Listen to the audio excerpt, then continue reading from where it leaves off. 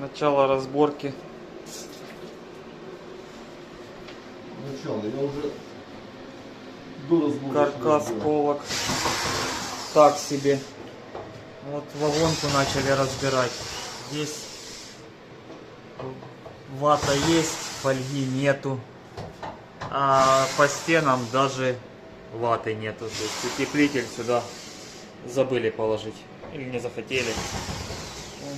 Самое главное это потолок утеплить, правильно? Зачем над стену утеплять? Каркас тоненький. 2 сантиметров, даже меньше, наверное, чем 2 сантиметра. В общем, профессионалы собирали. Разбираем дальше.